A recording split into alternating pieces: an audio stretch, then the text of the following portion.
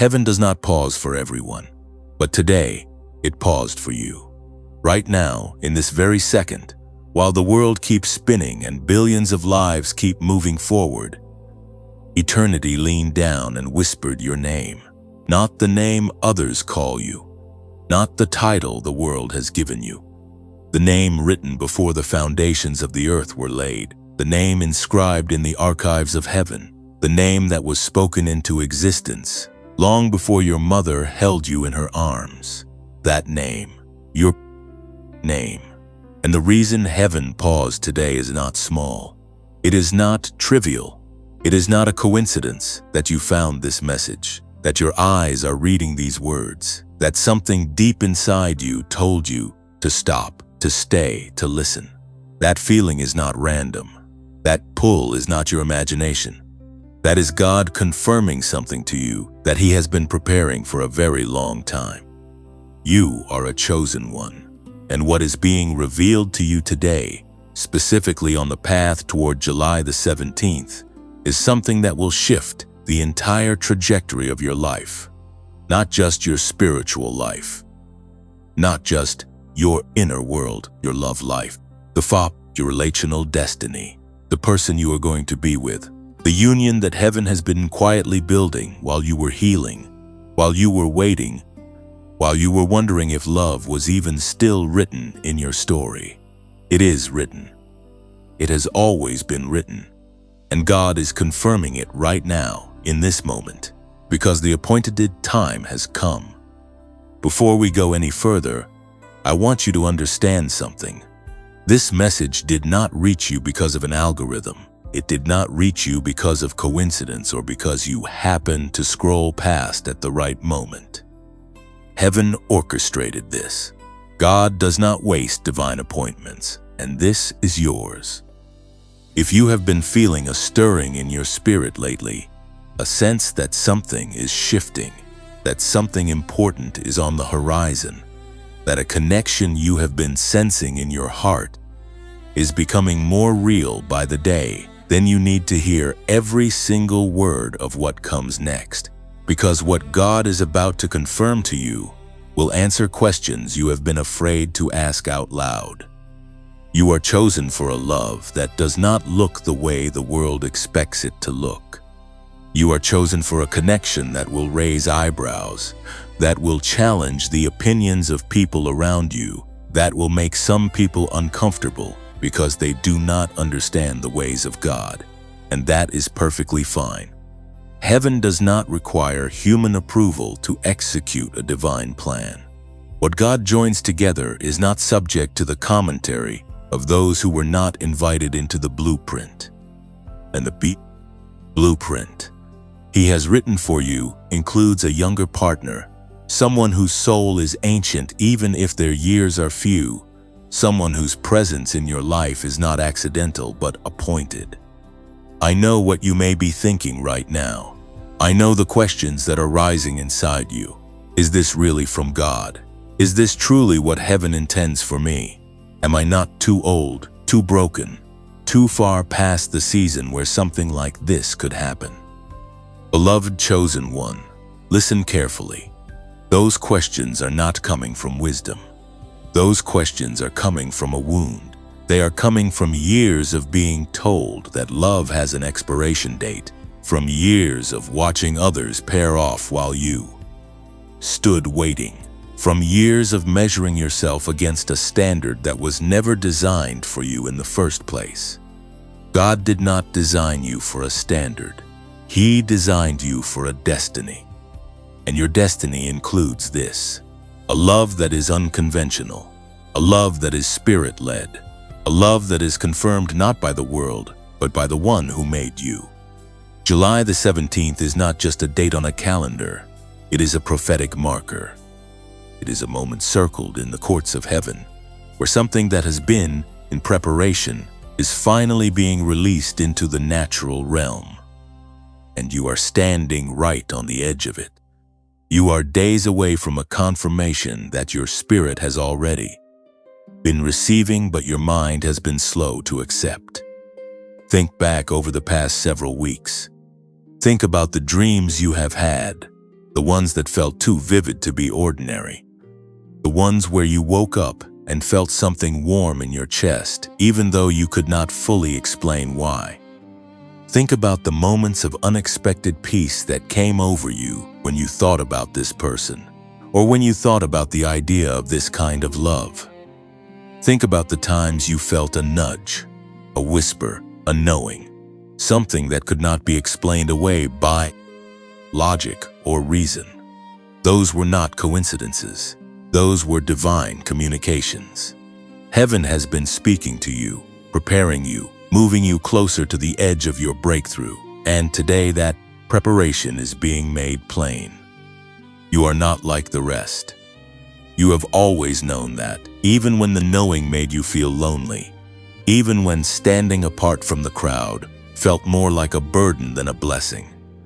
You have always sensed that your path was different, that the love you were meant to experience was not going to follow the ordinary script. And you were right, because God does not write ordinary scripts for extraordinary people.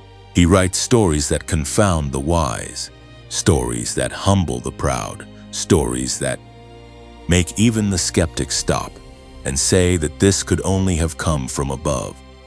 This younger partner that heaven is confirming for you, they are not a mistake. They are not a temptation.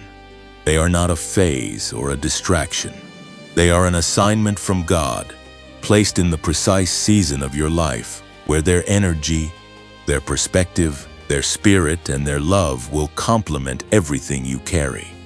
And what you carry, chosen one, is immense.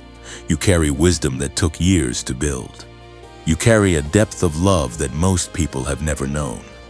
You carry a capacity for devotion and loyalty that is rare in this generation. And the person God is bringing to you, this younger soul, is designed to receive what you carry. They are designed to grow in the shelter of your wisdom, to be awakened by your love, and to stand beside you as the two of you step into a future that neither of you could have reached alone.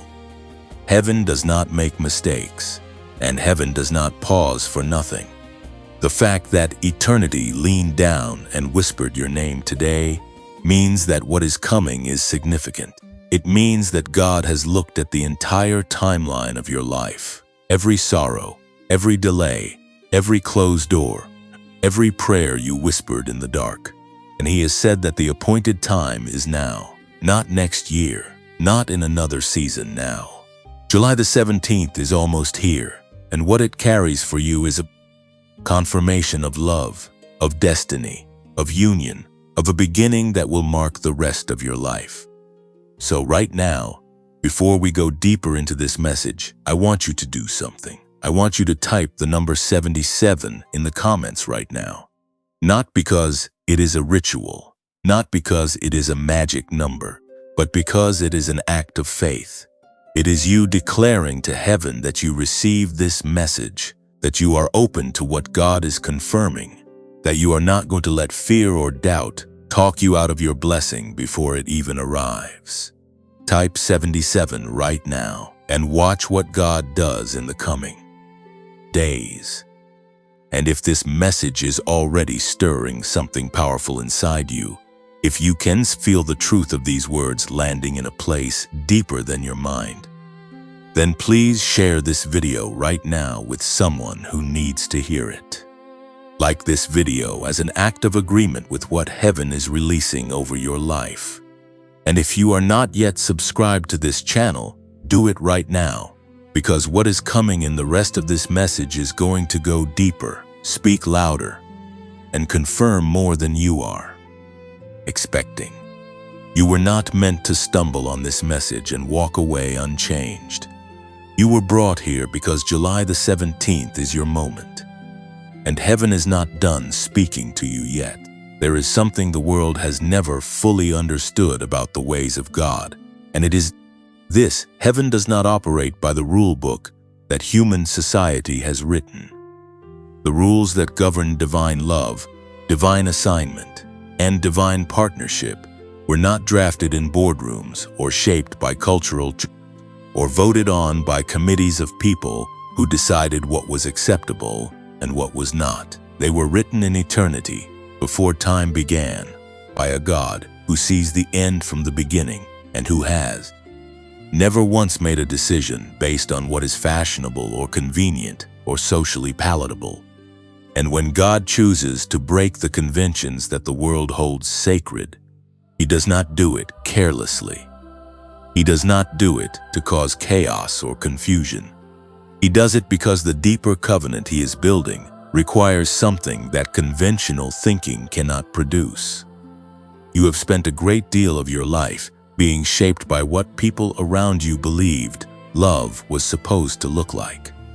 You absorbed those beliefs early, the way every human being does, through watching, through listening, through being told in direct and indirect ways what was appropriate, what was acceptable, what was the right way to do things. And for a long time, you tried to fit your heart into those containers. You tried to want what you were told you should want. You tried to feel what you were told you should feel. And yet, somewhere in the quiet places of your spirit, there was always this other knowing, this softer but persistent voice that told you that the love you were truly meant for was not going to arrive in the package the world had pre-approved. That voice was not rebellion. That voice was not confusion. That voice was God. Because God has always known what He placed inside you, what you were built to give, what you were created to receive, and the specific kind of union that would actually unlock the fullness of your destiny rather than contain it. And the union He has chosen for you does not conform to the age gap rules that society has constructed. It does not fit neatly inside the box that people around you might hand you with a smile and say that this is how it is done, because you were never meant to fit in that box. Chosen ones rarely do. Think about the great love stories of Scripture. Think about the unions that heaven authored and that history remembers not because they were ordinary, but because they were extraordinary. Think about Ruth and Boaz, a woman from a foreign land, younger and widowed, walking toward an older man of standing and honor, a man whose life had been shaped by years of experience and whose heart was ready for a love that would come from an unexpected direction. The world of their time had opinions about that union. There were whispers and questions and raised eyebrows. But God had written that story long before any human opinion entered the room. And what came out of that union was a lineage that carried the bloodline of a king. What came out of that union was legacy. What came out of that union was destiny fulfilled. Heaven breaks the rules of convention because convention, left to itself, produces predictable outcomes. And God is not interested in predictable outcomes for your life. He is interested in outcomes that reflect His glory, outcomes that testify to His creativity, outcomes that make people stop and say that they cannot explain this by natural logic alone.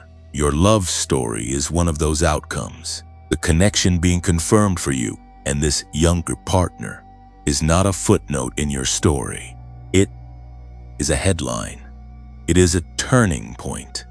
It is the kind of love that people will look at years from now and say that they saw something different about those two from the beginning, that there was something in the way they moved together that looked like it was designed rather than discovered. And here is what you must understand about why God specifically chose someone younger for this season of your life. It is not about aesthetics. It is not about superficial attraction. It is about spiritual architecture. It is about the way two different seasons of life, when joined under the guidance of heaven, can create something that neither season could produce on its own. You carry wisdom. You carry depth. You carry a kind of knowing that only comes from walking through fire and coming out on the other side still standing. That is not something that can be manufactured. That is not something that can be rushed. It is built through years of living, of choosing, of surviving, of healing, and of refusing to give up even when giving up would have been easier. The younger partner God is bringing to you carries something different but equally essential. They carry a fire that has not yet been dimmed by disappointment. They carry a vision that has not yet been clouded by cynicism. They carry an energy and an openness to life that will do something remarkable to you if you allow it. It will reawaken parts of you that have been sleeping. It will remind you of joy in its purest form. It will pull you back into the present moment in ways that only someone untethered from the past can do. And in return, your wisdom will be their anchor. Your depth will be their foundation. Your love will be the shelter in which their potential fully blooms. This is not coincidence. This is not chemistry alone. This is architectural. This is God building something with two very different kinds of material and knowing exactly how they fit together, knowing exactly what each one brings to the structure, knowing that apart they are both valuable, but together they are extraordinary. And that is the word heaven is releasing over your union today. Extraordinary, not ordinary, not conventional, not what the world expected. Extraordinary. Now, the resistance you have felt toward accepting this, the hesitation, the self-doubt, the voice that keeps asking whether you are too old or too different, or whether the gap between you and this person is too wide to bridge. That resistance did not come from wisdom. I want you to hear that clearly. The doubt that whispers that this is too unconventional, that people will not understand, that you should choose something safer and more expected, that is not discernment. That is fear wearing the costume of wisdom. And fear has cost you enough already. Fear has already stolen seasons from you. Fear has already talked you out of blessings that were standing at the door of your life waiting for you to say yes. And heaven is saying to you today that July the 17th is too important, too appointed, too carefully prepared for you to let fear be the deciding voice one more time. God broke the rules of convention when He parted the Red Sea. He broke the rules of convention when He chose a shepherd boy to be a king. He broke the rules of convention when He sent His Son into the world, not through a palace, but through a manger. He has always been in the business of doing the unexpected, the unconventional, the thing that the watching world did not see coming. And He is doing it again in your love story. He is writing a chapter that the critics did not predict, a chapter that the naysayers did not plan for, a chapter that only heaven could have authored. So let the whispers happen. Let the opinions form in the minds of people who were never given access to your blueprint. Let them wonder. Let them question. Because what God is building in your life does not require their understanding to stand. It does not need their applause to be real. It does not need their approval to be blessed. All it needs is your yes. All it needs is your willingness to trust the one who broke every rule of convention to get you to this exact moment, this exact season, this exact confirmation that is pressing toward you from the courts of heaven like a river that has been building behind a dam and is finally about to break through. You are standing at the edge of something that was designed in eternity and is now becoming visible in time. And the God who paused heaven to speak your name is the same God who looks at the connections being confirmed for July the 17th and says that it is good, that it is right, that you're ready. Convention never built a destiny worth remembering, but obedience to the voice of heaven always has.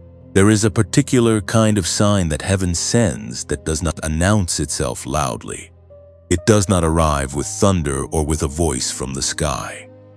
It comes quietly in the small moments, in the unexpected pauses of an ordinary day, in the feeling that settles over you when a certain name crosses your mind, in the way your heart responds before your logic has time to intervene. And if you have been paying attention over the past few weeks, over the past few months, you have been receiving exactly these kinds of signs. Not one or two, many. More than you have allowed yourself to fully acknowledge, because acknowledging them would mean accepting something your mind is still learning to hold. God does not leave his chosen ones without confirmation. That is not his nature. He is a God who speaks, who guides, who leaves a trail of breadcrumbs through the wilderness so that his beloved does not wander without direction. And the trail he has been leaving for you has been pointing consistently, persistently, and unmistakably toward one thing, toward this younger person, toward this connection, toward this love that is being confirmed as you move closer to July the 17th. Let me walk you through what those signs look like, because it is important that you see them clearly.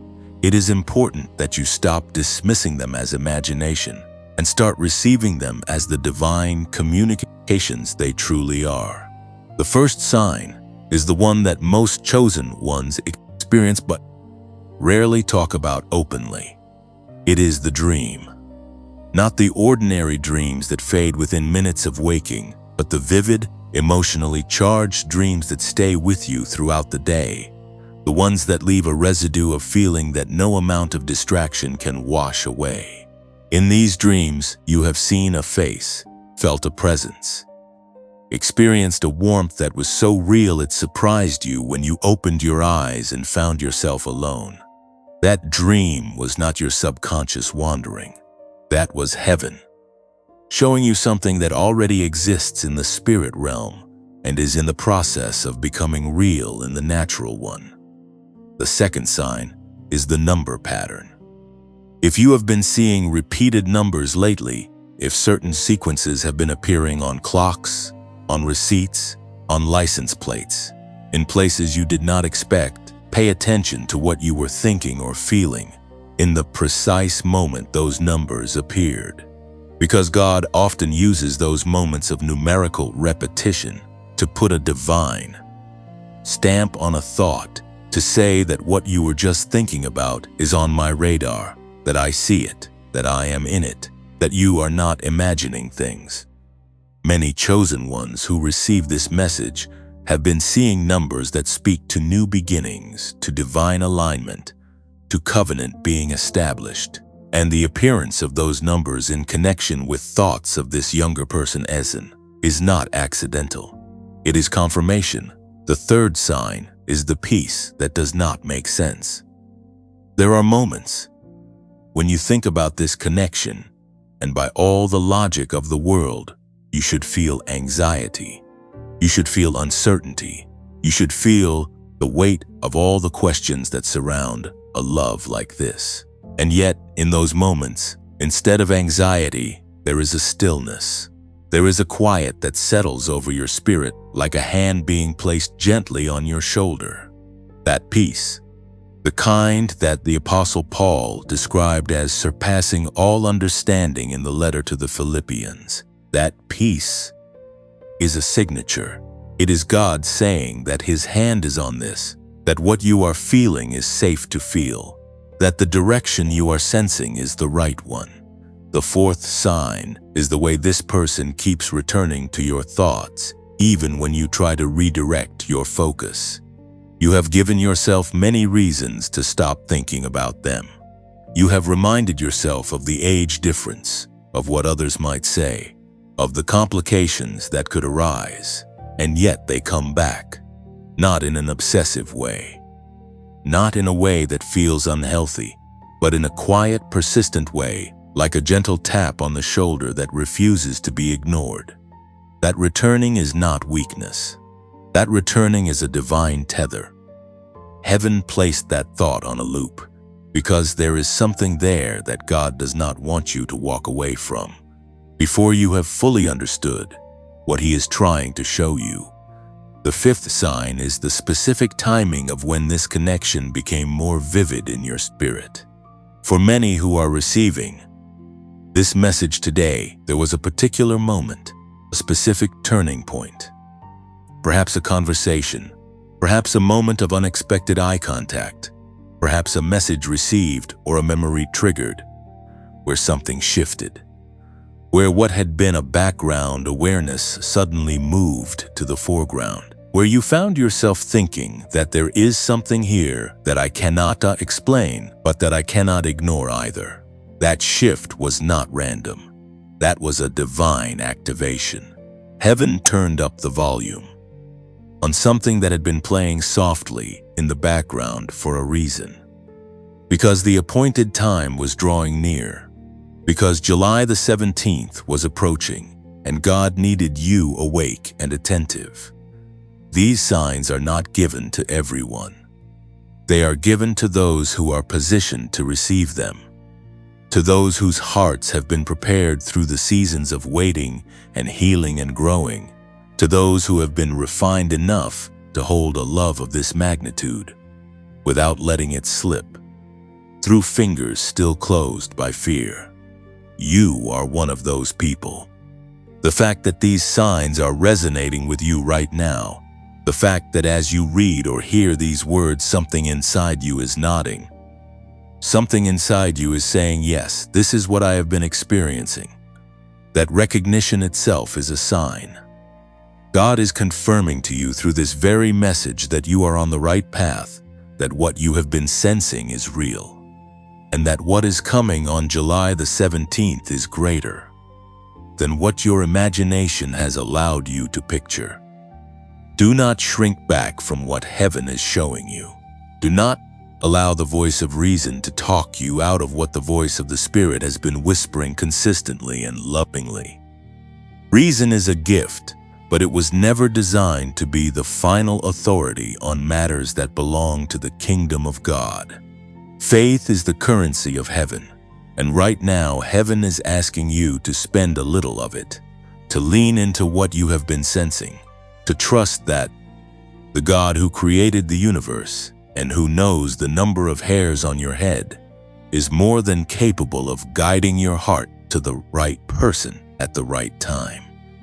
If this message is speaking to something real inside you today, if these words are landing in places that have been waiting for exactly this kind of confirmation, we want to ask you gently and sincerely to like this video and share it with someone whose heart might need to hear it too.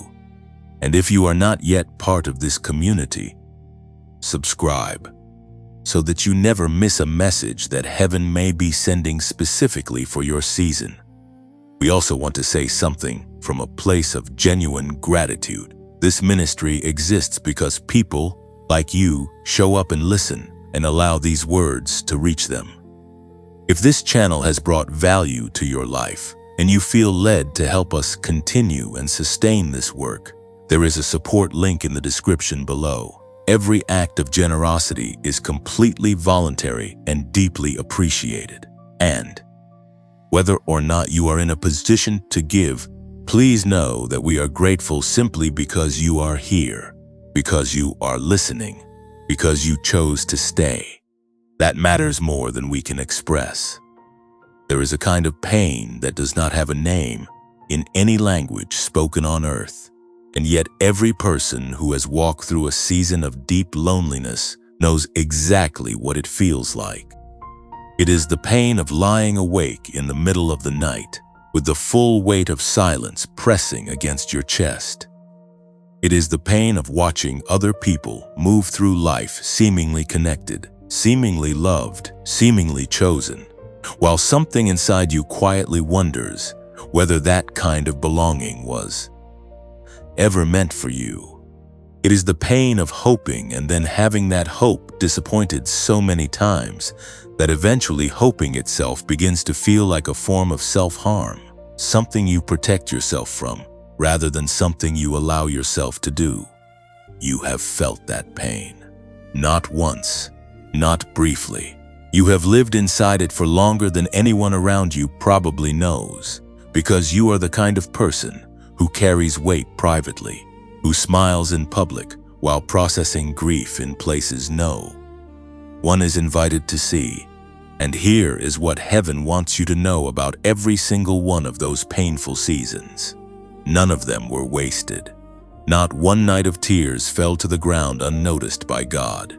Not one prayer whispered into the dark was lost in the atmosphere without being received by the one who placed the need for love inside you in the first place.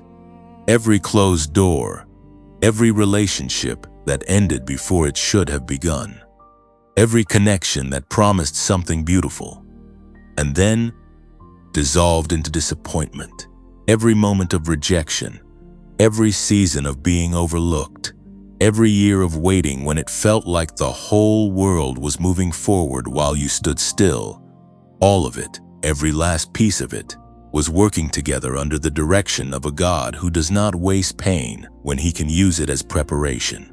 Preparation is the word, not punishment, not neglect, not evidence that you are unworthy or that love is not for you. Preparation, because the love that God has been saving for you, the love that is being confirmed as July the 17th approaches, is not a love that could have been received by the version of you that existed 5 years ago, or 10 years ago, or even 2 years ago.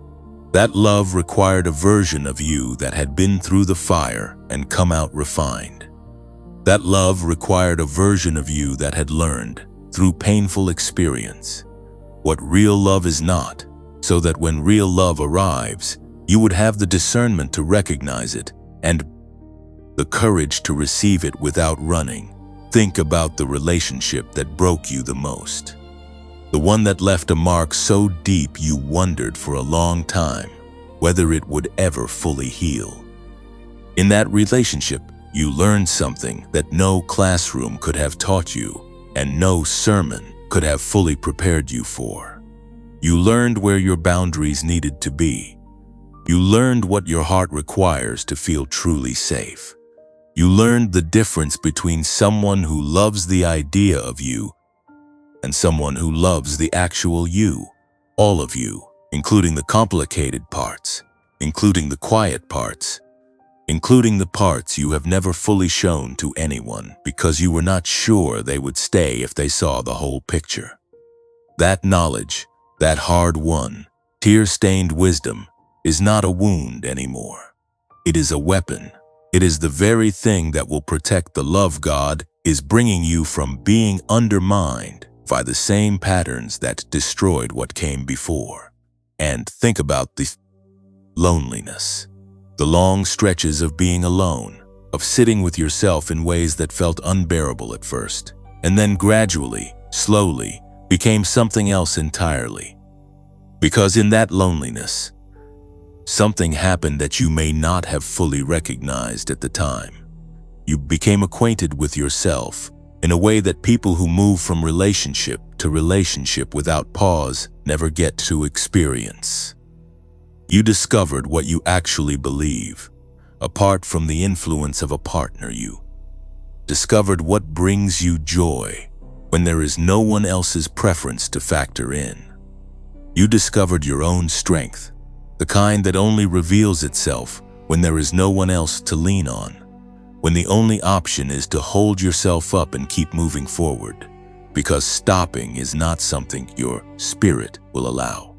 That self-knowledge, that hard-built inner stability is not incidental to the love story God is writing for you. It is foundational to it, because the younger partner being confirmed for your life needs someone who knows who they are. They need someone whose identity is not dependent on the relationship to exist. They need the version of you that the loneliness built. The heartbreaks prepared you in another way too. They taught you compassion. Every time your own heart was broken, something in you grew softer toward the brokenness of others. Every time you experienced the ache of being misunderstood, you became more careful about how you held the vulnerability of the people you loved. And the younger person God is bringing to your life, they will carry their own wounds, their own questions, their own places that have not yet been fully healed. And you will know how to meet those places not with impatience, not with frustration, not with the kind of conditional presence that says, I am here as long as this is easy, but with the deep, steady, anchoring compassion of someone who has been broken and has learned that brokenness is not the end of the story. That kind of love, the kind that holds space for another person's healing without losing itself in the process, is extraordinarily rare. And it was forged in you through the exact seasons that felt the most like abandonment. There is a verse in the book of Romans, chapter 8, verse 28, where the Apostle Paul writes that all things work together for good for those who love God and are called according to his purpose. And the word all is not decorative. It is not there to make the sentence sound more complete. It means exactly what it says, all things: the betrayal, the rejection, the years of waiting, the prayers that seemed to go unanswered, the relationships that crumbled in your hands, even as you tried to hold them together. All of it working together, not separately, not independently, but together as a unified and intentional process toward a good that God had in his mind before any of the pain began. And that good, for you in this season, has a face. It has a spirit. It has a name that God knows even if you are still in the process of fully accepting it. It is the younger partner. He has been preparing on a parallel track, going through their own refining, their own growth, their own becoming, so that when the two of you arrive at the same moment in time, you will both be ready for what the union requires. Do not allow the enemy of your soul to use your past as evidence against your future. That is one of his oldest and most effective strategies, taking the record of everything that went wrong and presenting it as proof that things will always go wrong. Using yesterday's disappointments to build a ceiling over tomorrow's blessings. You have to see through that strategy now. You have to hold up the truth of Romans chapter 8, verse 28 against every whisper that says you are too damaged, too tired, too old, too complicated, too much, or not enough. Because the same God who authored that verse is the same God who is authoring your love story right now. And he has not written a tragedy. He has written a triumph. The waiting was not rejection. The pain was not punishment. The loneliness was not abandonment. Every single season that felt like God had forgotten you was actually a season in which God was fashioning you, shaping you, developing in you the exact qualities that the love coming toward you will need you to carry. You could not have arrived at this moment as anything other than exactly who you are right now. And who you are right now, shaped by every storm you have survived, is precisely the person heaven chose to stand at the threshold of July the 17th and receive what has been prepared. The tears were not wasted. The waiting was not wasted. The pain was not wasted. It was all preparation. And the love it was preparing you for is almost here. There is something that heaven sees when it looks at the younger person being confirmed for your life, that the natural eye cannot fully perceive. The world looks at age and draws conclusions. The world looks at years lived and makes assumptions about depth, about readiness, about whether someone is capable of the kind of love that endures beyond the honeymoon season and roots itself in something unshakable. The world has built an entire architecture of judgment around the idea that wisdom is exclusively the product of years, that the younger a person is, the less equipped they are for a love that carries real weight. And in many cases, that judgment has a grain of truth in it.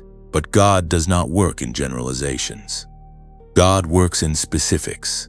And the specific younger soul he has chosen to place beside you is not a general case. They are an exception that heaven authored on purpose. When God looks at this person, he does not see their age first. He sees their spirit. He sees the ancient quality that lives inside them, the the depth that surprises people who expect shallowness, the seriousness of heart that, in moments when others their age are still chasing things that do not matter. There is something in this person that has always been a little out of step with their peers, a little ahead of the conversations happening around them, a little more drawn to meaning and substance than to noise and distraction.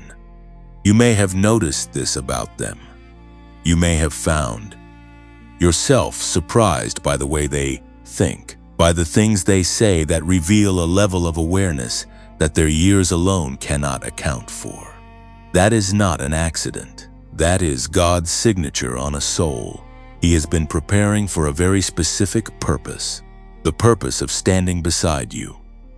This younger person has been carrying a longing that they have not always been able to name.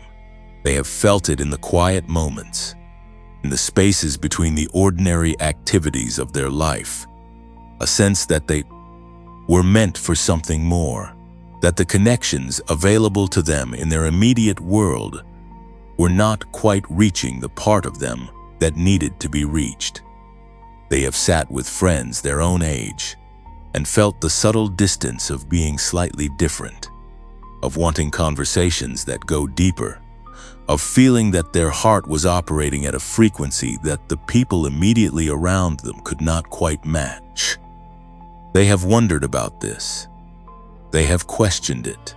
They have sometimes felt guilty for it, as though there was something wrong with them for not being fully satisfied with what was immediately available. But there was nothing wrong with them. They were calibrated for you. God set the frequency of their spirit at a level that would resonate most fully with yours, because He knew that the love they were capable of giving and the love they needed to receive would only find its proper home in a connection that crossed the boundary of age expectation. He was not leaving them dissatisfied to be cruel. He was protecting them from settling. He was keeping them from pouring their heart into connections that were not built to hold what they carried, because He knew that the vessel He had prepared for their love was you, and you were still being refined, still being made ready, still walking through the seasons that would make you capable of receiving and honoring what this younger soul would one day offer. Think about the qualities that first drew attention to this person. Beyond the surface, beyond the initial awareness, what was it that made you pause? What was it that made you feel something shift in a way that surprised you? For many chosen ones receiving this message, the answer is not what they expected. It was not simply attraction. It was recognition. It was the strange and disorienting sense of meeting someone for the first time and feeling as though your spirit already knew them, as though a conversation was continuing rather than beginning, as though something that had been incomplete was suddenly less incomplete in their presence. That feeling of recognition is not imagination. In the language of heaven, it is called a soul covenant, a connection that was agreed upon before either of you entered the earth, a meeting that was scheduled in eternity and is now happening in time. God sees the courage in this younger person. There is a bravery in them that has not yet been fully tested, but that is written into the architecture of who they are. A willingness to step outside the expected, to choose something real over something convenient, to stand in the face of outside opinion and hold their ground, because the knowing in their spirit is louder than the noise of other people's discomfort. That courage is going to matter, because the union heaven is confirming for the two of you will require both of you to be brave, to choose each other in the face of a world that may not immediately understand, to build something together that is grounded in divine confirmation rather than in social approval. And this younger person has that kind of courage inside them, even if they have not yet had full occasion to demonstrate it. Heaven also sees the healing this younger person is carrying into your life. Not because they are without their own wounds, but because the specific nature of their energy, their way of moving through the world, their perspective on life that has not yet been hardened by cynicism, carries a restorative quality that will do something remarkable to the places in you that have grown tired. There is a part of you that has been running on discipline for a long time, on sheer will and faithfulness, and the determination to keep going, even when the joy felt distant. And this younger person carries joy in a way that is native to them, not performed, not manufactured, but genuine and freely given. When that joy enters your life consistently, when it becomes something you wake up next to rather than something you read about in other people's stories, it is going to reopen parts of your heart that you quietly assumed were closed for good. God sees that restoration coming. He planned it. It is part of why He chose them for you. And what does heaven see in the two of you together? What does God observe when He looks at the picture of your union, at the full landscape of what this partnership will produce? He sees completion. Not the kind of completion that implies either of you was broken before, but the kind of completion that speaks to how two distinct and fully formed people, each carrying their own gifts and their own depth, can come together and produce something that is exponentially greater than what either of them could have built alone. He sees conversations that go late into the night and leave both of you more alive than when they started. He sees the way your wisdom will reshape the way this younger person sees themselves and the world, drawing out of them a version of who they are that they had not yet had the proper environment to become. He sees the way their energy will draw out of you a version of yourself that the years of carrying heavy things had slowly buried under layers of responsibility and seriousness. He sees purpose being fulfilled. He sees the ripple effect of a love that is so clearly of divine origin that it becomes a testimony to everyone around it. He sees children or community or creative work or ministry or all of the above being birthed from the soil of this union. Things that will outlast both of you. Things that will carry the fingerprint heaven because they came from a love that heaven designed. He sees the two of you standing together in moments that will matter, moments of challenge and moments of triumph. And He sees that neither of you faces those moments alone anymore, because the covenant being activated on July the 17th creates a bond that circumstance cannot dissolve, and that time cannot erode. This younger person is not a risk. They are not a question mark. They are not a maybe. In the eyes of heaven, they are an answer. They are the specific, intentional, lovingly prepared answer to a prayer you have been praying, in one form or another, for longer than you may realize.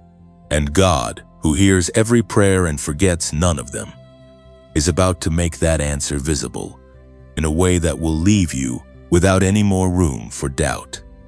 You need to understand something before we go any further into what heaven is releasing over your life. The love being confirmed for you is not arriving in a peaceful, uncontested atmosphere. It is arriving in the middle of a battle, and that battle is not physical. It is not fought with weapons that can be seen or touched. It is fought in the realm of the Spirit, in the invisible space between what God has declared and what the enemy is desperately trying to prevent from manifesting in your life. Because here is the truth that darkness does not want you to know. The more significant the divine assignment, the more fierce the opposition that rises up against it. And what God is building between you and this younger partner is so significant, so loaded with kingdom purpose, so threatening to the plans of the enemy, that the warfare surrounding it has been intense, sustained, and specifically designed to target the exact places where you are most vulnerable. Think about the past few, weeks. Think about the moments when doubt came crashing in without warning. When you were feeling settled, and then suddenly a wave of uncertainty hit you so hard. It felt like you had imagined everything you had been sensing. Think about the conversations that seemed to come out of nowhere. The people who said things that planted seeds of insecurity. The situations that arose at exactly the wrong moment and seemed engineered to distract you from what God had been building in your spirit. Think about the fatigue, the inexplicable heaviness that settled over you in moments when you should have felt light, the confusion that clouded what had previously felt clear. None of that was random. None of that was coincidence. That was targeted spiritual warfare aimed at a very specific target, which is the divine connection being confirmed for July the 17th. The enemy does not fight what does not matter. He does not deploy his strategies against connections that carry no kingdom weight. He reserves his most sophisticated interference for the unions that God has specifically ordained, for the relationships that will produce legacy, that will carry testimony, that will demonstrate to a watching world that God is still in the business of writing love stories that defy human explanation. And the union between you and this younger person is exactly that kind of relationship. So the warfare you have experienced around it, the doubt, the delay, the distraction, the discouragement, is not evidence that this connection is wrong. It is actually evidence that it is profoundly right. Because darkness does not attack what does not threaten it. The specific strategies the enemy has used against this connection are worth naming, because a strategy that is named loses much of its power. The first strategy is shame. The enemy has whispered to you about the aged difference in a voice that sounds remarkably like wisdom, but is actually something far less trustworthy. He has used the opinions of other people, real or imagined, to make you feel that wanting this, that moving toward this, that even acknowledging what your spirit has been sensing about this younger person is something to be embarrassed about, something to hide, something that marks you as foolish or desperate or out of touch with reality. Shame is one of the enemy's most ancient tools because it operates in silence. It does not need to say anything loudly. It just needs to make you feel small enough that you withdraw before the blessing arrives. The second strategy is comparison. The enemy has shown you other people's love stories, people who found their partners in conventional ways, people whose relationships look neat and uncomplicated from the outside, and he has used those images to make your own path feel sufficient by comparison. He has suggested that if your love story were truly from God, it would not be this complicated, that it would not require this much faith, that it would not come with so many questions attached. But that is a lie built on ignorance of how God operates. The greatest love stories in Scripture were not neat. They were not uncomplicated. They were full of unlikely pairings, unexpected timing, and circumstances that made zero sense to the people watching from the outside.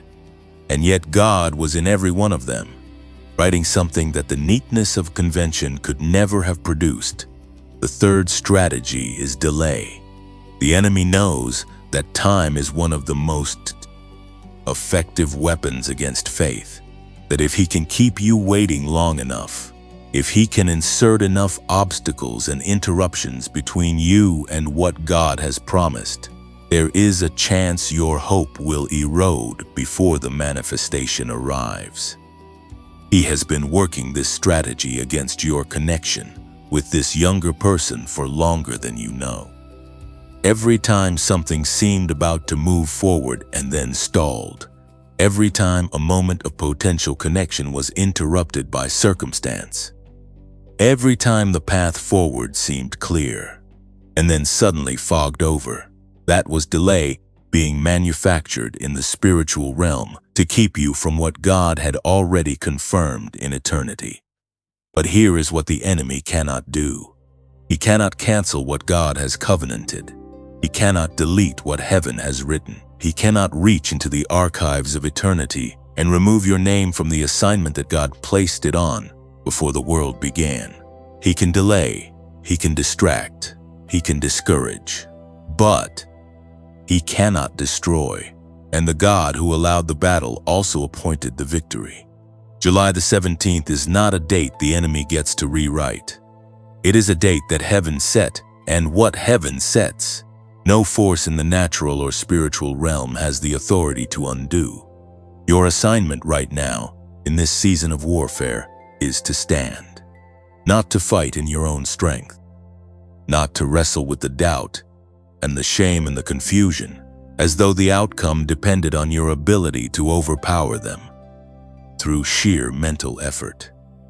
Your assignment's to stand on what God has already spoken, to hold the word of heaven over your life like a shield, to declare in the face of every strategy of the enemy that what God has confirmed will come to pass regardless of what the opposition looks like. The book of Ephesians chapter 6 verse 13 says that having done all, stand, not strive, not perform, not earn the victory through exhausting yourself in battle. Stand, because the battle has already been won by the one who fights for you, and your posture in the face of it is one of authority, not anxiety. Before we continue, I want to pause and speak to you directly from the heart of this channel. This ministry exists for one reason, and that is to carry messages like this one to people like you, people who are standing in the middle of a spiritual battle and need to hear the voice of heaven cut through the noise. This channel was demonetized by YouTube, which means there is no advertising revenue supporting the work that goes into every message we bring you.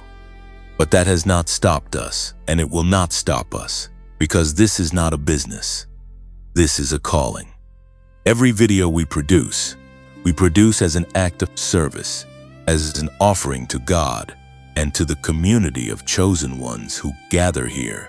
If this message has reached you in a moment when you needed it, if these words have strengthened something in you that the warfare was trying to weaken, and if you feel led in your heart to help us keep this work going, there is a support link in the description below and in the pinned comment. Every contribution, no matter how small, goes directly into sustaining this ministry so that more messages can reach more people who are standing exactly where you are standing right now. Giving is completely voluntary, and there is absolutely no pressure. We are deeply grateful for every person who chooses to sow into this work, and we are equally grateful for every person who simply shows up and listens. Because your presence here matters to us. If this message is speaking life into your situation today, please like this video and share it with someone who is fighting a battle over a love that God has already confirmed for them. And if you have not yet subscribed to this channel, do it now so that every message heaven sends through this platform finds its way to you without delay. July the 17th is not just a date, it is a threshold. It is the kind of moment that exists at the intersection of divine timing and human readiness. The place where what heaven has been holding in reserve finally crosses over into what the natural world can see and touch and experience. There are moments in the life of every chosen one where the invisible becomes visible, where the promise that has lived exclusively in the realm of faith suddenly puts on flesh and stands in front of you with a reality you cannot deny or dismiss or explain away. July the 17th is that moment for you, and understanding what heaven is actually activating on that date, what is being unlocked, what is being released, what is being established in the spirit realm that will then manifest in the natural, is essential to your ability to receive it fully rather than let it pass through your fingers. because you were not prepared for the weight of what it carries. In the language of Scripture, a covenant is not simply an agreement. It is not a contract in the way that human beings understand contracts, something drawn up between two parties with terms and conditions and an exit clause for when things become inconvenient. A covenant in the biblical sense is a binding, unbreakable, blood-sealed declaration of permanent commitment. It is the kind of agreement that God Himself enters into, the kind He made with Abraham, with David, with Noah, with His people, throughout the entire arc of sacred history. And what it's being activated on July the 17th in your love story is not a casual connection or a seasonal arrangement. It is a covenant. Is heaven putting its seal on a relational bond that was designed to be permanent, purposeful, and protected by the authority of the one who created both of you. Now, a covenant activation does not always look dramatic from the outside. It does not always arrive with visible signs or audible declarations. Sometimes it looks like a conversation that shifts the atmosphere between two people. Sometimes it looks like a moment of honesty that breaks through a wall of uncertainty and lets the truth of what has always been there finally breathe in the open. Sometimes it looks like a decision, quiet but irreversible, made in the interior of a person's spirit, before it is ever spoken aloud. Sometimes it looks like an encounter that seems ordinary to everyone watching, but that both people that involved know in a place too deep for words was not ordinary at all. However, July the 17th arrives in your experience. Whatever form the activation takes, your spirit will recognize it, because your spirit has been prepared for this moment, and preparation always produces recognition. What God is unlocking on this date is first and foremost an opening in the spiritual atmosphere surrounding your connection with this younger person. There has been a heaviness over this connection, a kind of resistance in the air, a sense that something was holding back the full flow of what was trying to move between you. That resistance was not permanent. It was seasonal. It was allowed to exist for a period of time because God was using the waiting, using the tension, using the not yet, to do a work in both of you that the easy arrival of the blessing would not have accomplished. But that season is ending. The resistance is lifting. And what July the 17th carries is an opening, a clearing, a divine removal of the atmospheric pressure that has been making this connection feel more complicated than it was designed to be. The second thing being unlocked on this date is clarity. One of the most disorienting aspects of being in the middle of a divine love story is that the clarity you desperately need seems to arrive in pieces rather than all at once. You get enough to keep moving forward, but never quite enough to feel fully certain, fully settled, fully free from the questions that circle your mind in the quiet hours. That partial clarity is not a flaw in the system. It is by design. God gives revelation in measures that match the readiness of the receiver, because full revelation given before a person is ready to hold it can overwhelm rather than empower. But on July the 17th, the measure of clarity being released into your spirit about this connection, about this person, about the path forward, is going to be significantly greater than anything you have received up to this point. Things that have been blurry will come into focus. Questions that have felt unanswerable will find their answers.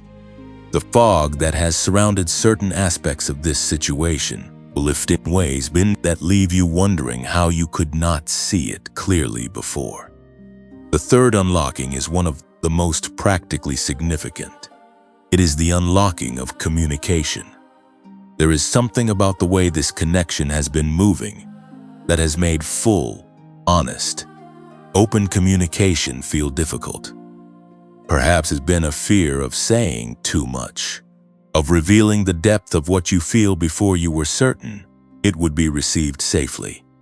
Perhaps there has been a guardedness on one or both sides, a protective wall built from past experiences of vulnerability that was not honored. Perhaps there have simply been circumstances that kept creating distance at the moments when closeness was trying to establish itself. On July the 17th, heaven is creating a window of divine openness in which the communication that has been waiting to happen will finally find the conditions it needs to flow freely. What needs to be said will be said. What needs to be heard will be heard. And what has been felt in the private chambers of both your spirits will begin to find its way into the shared space between you. You must understand what your role is in receiving this covenant activation. Because receiving is not passive. It is not simply waiting with your arms crossed until something drops into your lap. Receiving, in the kingdom of God, is an active posture. It requires intentionality. It requires a decision made ahead of time about what you will do when the moment arrives, how you will respond when God opens the door. Whether you will walk through it with faith or hang back in the doorway because the opening came sooner than your fear was ready for. Your first responsibility is to be present. Not just physically present, but spiritually and emotionally present. The tendency of people who have been hurt before is to be physically in a moment while emotionally somewhere else. Still back in the past where the hurt happened. Still guarded, still half absent because full presence feels too dangerous. On July the 17th, and in the days surrounding it, you cannot afford to be half present. Heaven is asking for your full attention, your full engagement, your full willingness to be in the moment that is unfolding, rather than managing it from a safe emotional distance. Your second responsibility is to speak. Whatever needs to be said, say it, not recklessly, not without wisdom, but with the courage of someone who knows that heaven is holding the atmosphere and that what is spoken in alignment with what God has confirmed will not fall to the ground empty. The book of Proverbs tells us in chapter 18, verse 21, that the power of life and death is in the tongue. On this appointed date, use your tongue for life. Speak what you believe. Speak what you feel. Speak what God has been confirming in your spirit. Because silence at the wrong moment is not wisdom.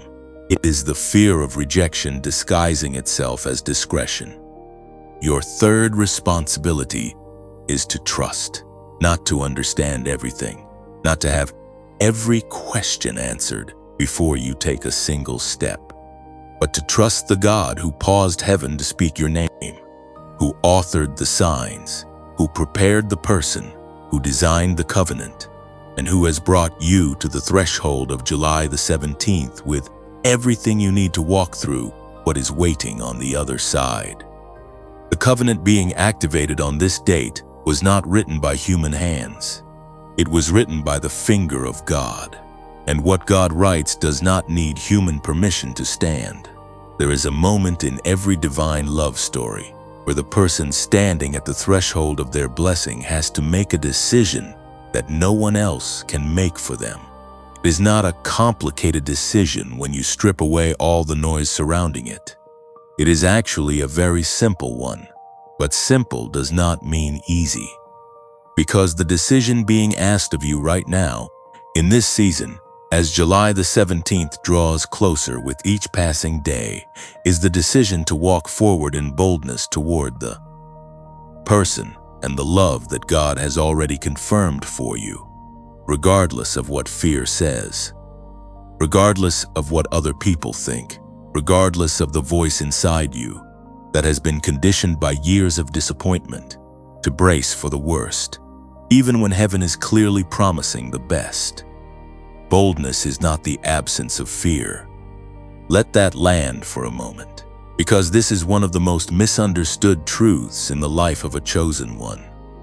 If you have been waiting to feel fearless before you move, If you have been telling yourself that when the doubt goes away and the anxiety disappears and the questions find their answers, then you will finally be ready to step forward. Then you have been waiting for a condition that was never going to arrive before the obedience was required. Boldness is not the absence of fear. Boldness is the decision to move forward in spite of it, to take the step while the knees are still trembling, to open the mouth and speak the truth while the voice is still uncertain, to reach toward the blessing while the hand is still shaking. That is what heaven is asking of you now, not fearlessness, boldness. Think about every great act of faith recorded in Scripture. Think about the moments that changed the trajectory of a person's life and became the stories that generation after generation has returned to for inspiration and instruction. Not one of those moments was free of fear. When Moses stood at the edge of the Red Sea with Pharaoh's army behind him and nothing but water in front, do you believe he felt no fear? When David walked toward Goliath with a sling and 5 smooth stones while trained soldiers on both sides watched in stunned silence, do you believe his heart was entirely still? When Esther walked into the king's court uninvited, knowing that the law permitted her execution for doing so, do you believe she felt nothing but peace?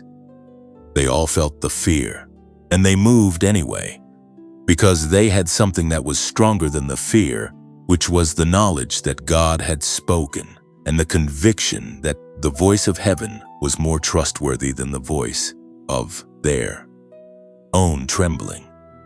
You have that same knowledge. You have been receiving the voice of heaven throughout this entire season, through the signs, through the dreams, through the peace that does not make sense, through the persistent returning of this younger person to your thoughts, through the confirmation that has been building layer upon layer in your spirit, until it has reached a weight that cannot be honestly denied. You know what God has spoken, and now He is asking you to act like it. He is asking you to carry yourself with the dignity and the confidence of someone who has been given a divine promise, not because you have earned it, but because He gave it, and what He gives, He does not take back. Releasing fear begins with releasing the opinions of people who were never given access to your blueprint. This is one of the heaviest burdens that chosen ones carry into the season of their blessing, the accumulated weight of other people's expectations, assumptions about what their life should look like. You have spent years being seen through the lens of who other people decided you were, being placed in categories that were never designed for you, being measured against standards that were created by people who had no knowledge of the specific and extraordinary plan that God was writing for your life. And somewhere along the way, without fully realizing it, you began to measure yourself through that same lens. You began to evaluate your choices through the eyes of people whose vision was too small for what you were actually carrying. Heaven is asking you today to lay that lens down, to stop seeing your love story through the eyes of people who were never shown the full picture, to stop editing your joy because it does not fit the narrative that others wrote for you. The younger person God has confirmed for your life is not a source of embarrassment to be managed or explained or justified to the people in your circle. They are a gift from God to be received with gratitude and celebrated with the kind of unashamed joy that only comes from knowing that the giver of the gift is the creator of the universe. What He gives does not require an apology. It requires a thank you. Releasing shame is the next layer of this boldness walk, because shame and love cannot fully coexist in the same space. Shame will always be working to diminish the love, to qualify it, to add an asterisk to the joy, to whisper that you do not fully deserve this or that there is something fundamentally embarrassing about wanting what God specifically chose for you. Shame is a liar. It has always been a liar. And in the context of a divine love covenant, it is not just a liar but a thief, because it steals the fullness of joy that should accompany the arrival of a blessing that was designed in eternity and delivered in time. You are allowed to be happy about this. You are allowed to feel the full, uncomplicated delight of someone who has been waiting a long time and is finally watching the promise come into view. Do not let shame rob you of that delight. Releasing doubt is the final layer, and perhaps the most persistent one. Doubt is not always loud. Sometimes it does not announce itself as doubt at all. Sometimes it disguises itself as caution, as wisdom, as responsible thinking. It says things like, "Let us not get ahead of ourselves," or "Let us wait and see before we commit to believing this fully."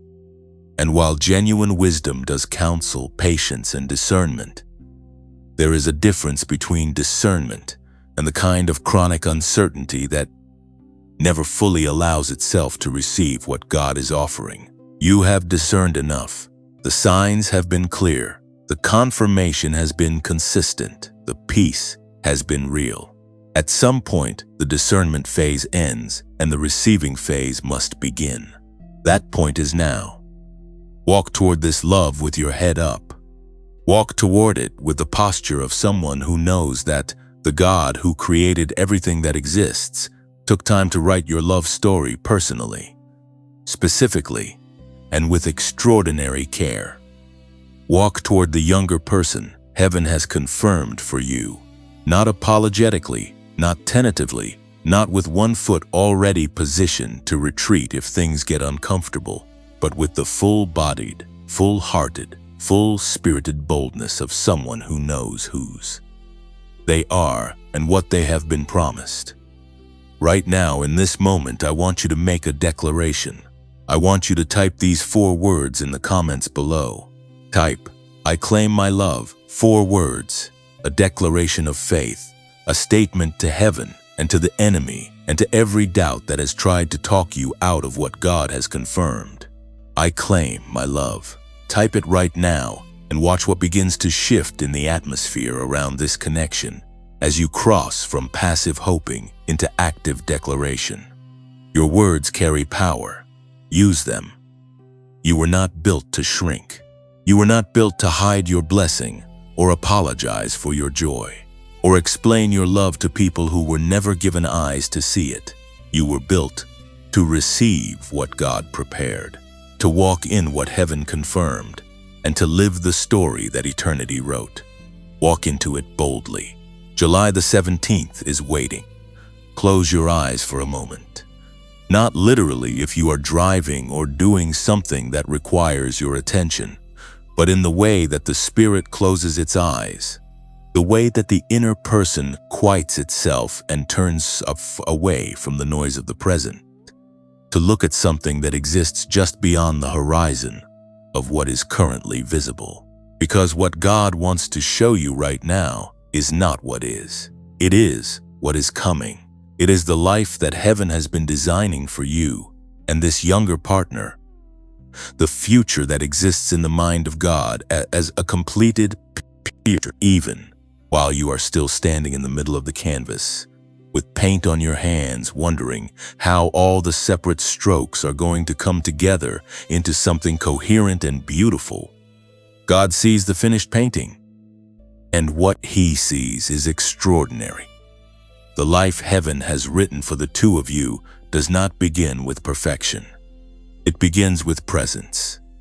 It begins with 2 people who chose each other in the face of uncertainty, who said yes to a divine confirmation before they had all the answers, who walked through the threshold of July the 17th with trembling courage and open hands, and found on the other side of that threshold something they had each, in their own way and in their own season, been quietly praying for without ever fully believing it would arrive. It begins with the simple, profound, world-altering reality of not being alone anymore. Not in the surface way of simply having another body in the room, but in the deep way, the way that matters most, the way that reaches into the interior of a person and says that you are seen, you are known, you are chosen not despite everything you are, but because of it.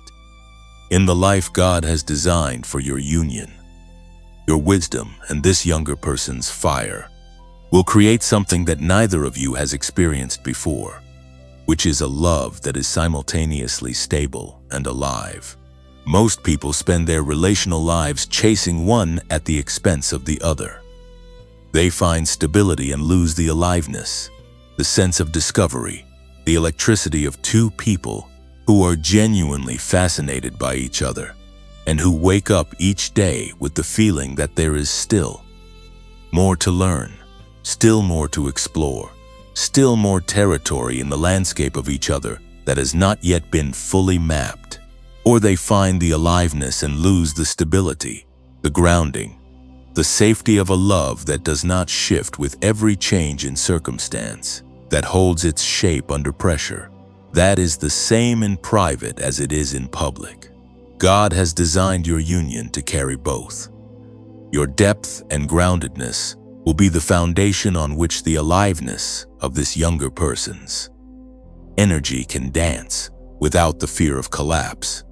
And their energy will keep your depth from becoming stillness, from settling into the kind of comfortable sameness that slowly drains the color from a relationship over time. See the mornings. See what the ordinary mornings of this life together look like, because it is in the ordinary mornings that the true character of a love reveals itself most honestly.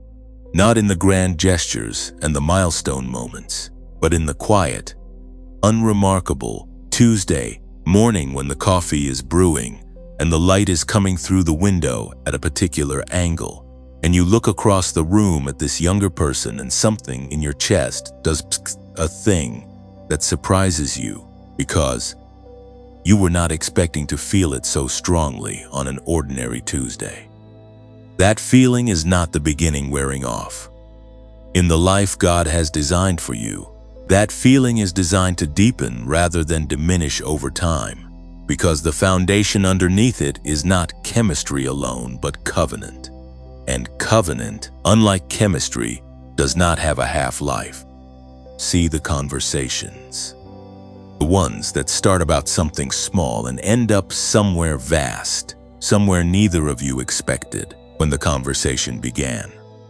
This younger person's perspective on the world, still relatively unfiltered by the cynicism that years can produce, will consistently offer you angles of vision on familiar things that reopen your sense of wonder. And your perspective, shaped by the depth of a life more fully lived, will consistently offer them the kind of context and meaning that transforms their raw experience into genuine wisdom. You will teach each other, not in the formal, hierarchical way where one person is the teacher and the other is the student, but in the fluid, mutual, endlessly surprising way where the direction of the teaching keeps shifting and neither of you can always predict who is going to say the thing that changes the other person's mind about something they thought they had already fully understood. See the hard seasons, because the life heaven has designed for you is not a life without difficulty. God does not promise his chosen ones an absence of storms. He promises them a companion who will stand beside them in the storm and a foundation sturdy enough that the storm cannot wash away what has been built. There will be seasons in this union where things are difficult, where outside pressures mount, where the opinions of the world about your unconventional love press in with more force than usual, where one or both of you is carrying something heavy, and the weight of it tests the tensile strength of the bond between you.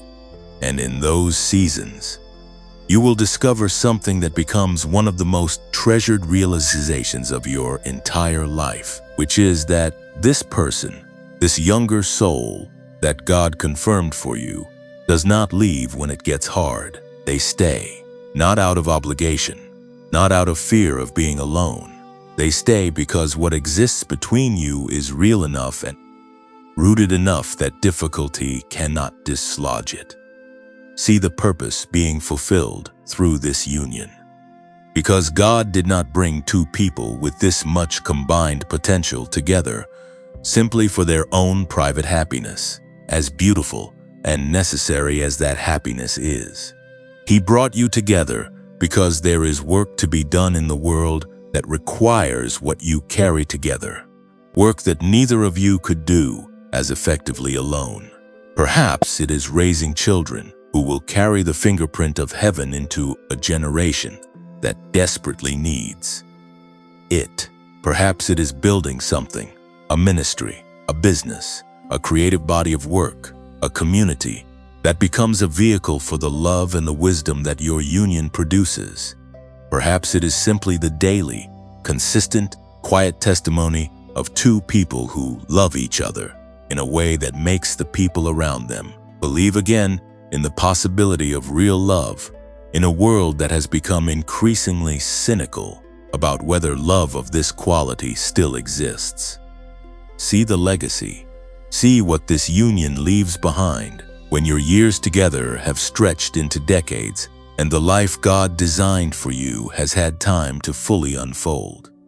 See the people who were changed by being in proximity to your love. See the things that were built because you were together.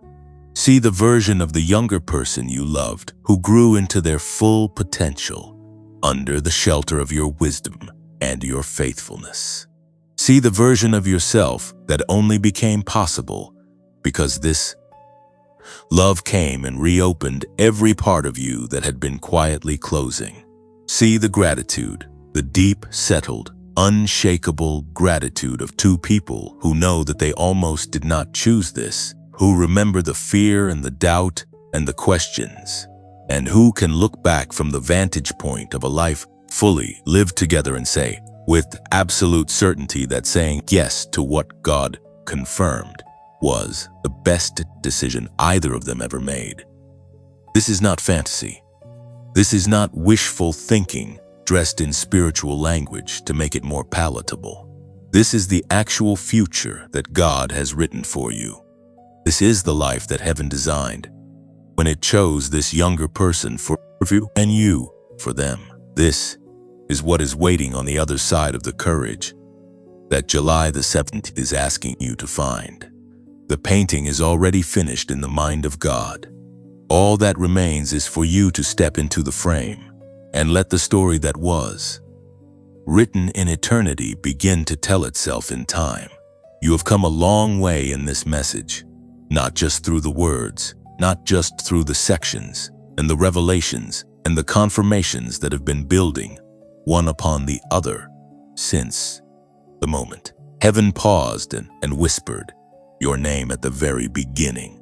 You have come a long way in your spirit. Something has shifted in you between where you were when this message began and where you are standing right now. You may not be able to articulate it fully yet. You may not have the precise language for what has moved inside you, but you feel it. And that feeling is not emotional momentum or the temporary elevation that comes from hearing something that resonates and then fades when the screen goes dark. That feeling is the settling of a truth that your spirit has been waiting to receive. The kind of settling that happens when something that was already written in heaven finally lands in the consciousness of the person it was written for. You are a chosen one. And everything that title carries, everything it means, everything it demands, and everything it promises is being activated in your life right now with a specificity and an urgency that heaven does not apply to every season. This is not a general encouragement. This is not a broad spiritual message designed to make anyone feel temporarily better about their circumstances.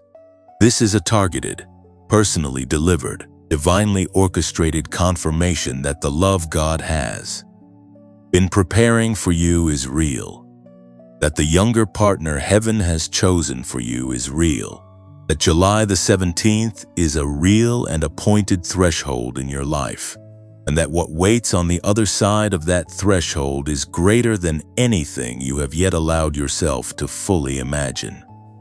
Let me speak to the part of you that is still holding back, the part that has listened to everything in this message and felt the resonance and recognized the signs and nodded along with the truth, and yet is still, even now, gripping something tightly rather than opening the hand fully.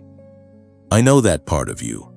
I know it because it is the part that was built by the seasons of disappointment, the part that learned to protect itself by never fully committing to hope until the hope had proven itself beyond all possible doubt. And I want to say something to that part of you with all the gentleness and all the firmness that this moment requires. It is time to open the hand. It is time to release the grip. Not because the risk is gone, because love always carries risk, and anyone who tells you otherwise is selling you something that does not exist. But because the God who confirmed this love to you is not a God who issues confirmations carelessly. He does not pause heaven for things that are not real. He does not send signs and dreams and peace and persistent knowing for connections that are not divinely ordained. When God says it, it is settled, and He has said this. The confirmation you have been receiving is not going to get louder than it already is. Heaven has done its part. The signs have been given. The message has been delivered. The truth has been laid before you with more clarity than most people ever receive about anything in their lives.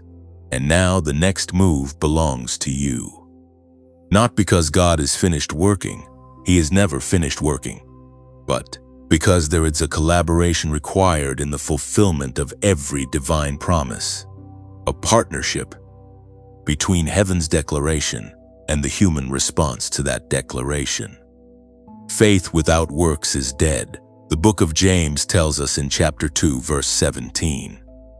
The faith you have been building throughout this message now requires a corresponding action, a step, a movement, a decision that says to heaven that you have received what was sent and that you are ready to walk into what it carries.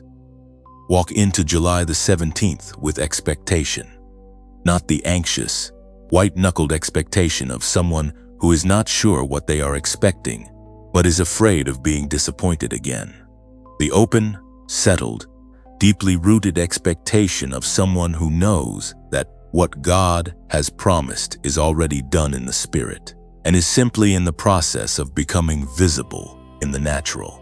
Hold the date in your spirit with reverence. Pay attention in the days surrounding it. Be awake to the moments that feel significant. Be present to the conversations that carry unusual weight. Be responsive to the nudges that your spirit receives, because heaven will be active around this date in ways that will require your attentiveness to fully receive. And in the days between now and then, do the interior work that positions you for the fullness of what is coming. Deal with the fear, not by suppressing it, but by bringing it into the light of what God has spoken and watching it lose its authority in the presence of divine confirmation. Deal with the shame. Look it in the face and tell it that what God has blessed does not require its permission to be celebrated. Deal with the doubt by returning, again and again, to the signs, to the pieces, the knowing that has been consistent even when everything around it was in flux. Because preparation is not just about waiting. Preparation is about becoming, and you are still becoming. Right up until the moment of arrival, the person who can fully hold and fully honor what God is about to place in your hands. You are unshakable, not because nothing can touch you, but because what you are standing on cannot be moved. You are unstoppable, not because the opposition has given up, but because the God who authorized your assignment has not and will not. You are chosen, not because you are perfect or because you have never wavered, or because your faith has always been without trembling, but because before the foundations of the earth were laid, a God who knew everything about you, every flaw and every glory, every wound and every gift, looked at your life in its entirety and said that you are the one, that you are worth pausing heaven for, that the love being confirmed for July the 17th is worthy of you, and you are worthy of it. This is your moment. This is your season. This is the threshold that all the waiting and all the preparation and all the surviving of hard things was building toward. And you are not going to miss it, because the same God who brought you to the edge of this blessing is the same God who is going to carry you across it. Now, before this message closes, we want to speak to you from the heart of this channel one more time, with complete honesty and with deep gratitude. This channel exists entirely as a ministry. YouTube has removed monetization from this channel, which means every video you watch here, every message that reaches you in the exact moment you needed it, is created without any platform support or advertising revenue. We continue to make these videos because this is not a job for us. It is a calling. It is an assignment from God to carry words of confirmation and courage to chosen ones who are standing at threshold exactly like the one you are standing at today. If this message has done something real in your spirit today, if it has strengthened your faith or quieted your fear, or confirmed something that you needed heaven to speak clearly about, and if you feel moved in your heart to help us continue and sustain this work, we have placed a support link in the description below and in the pinned comment on this video. Every contribution, large or small, goes directly into keeping this ministry alive and making sure that the next person who needs a message like this one can find it. There is no obligation and no pressure whatsoever. We mean that fully. Your presence here is already a gift to us. If these words have brought value to your life today, please take a moment to like this video before you leave. Share it with someone you know who is waiting for a love that God has already confirmed for them. And if you have not yet joined this community by subscribing, do it now, because the messages heaven has yet to send through this channel are going to be ones you will not want to receive late. You are loved, you are chosen, and July the 17th is yours.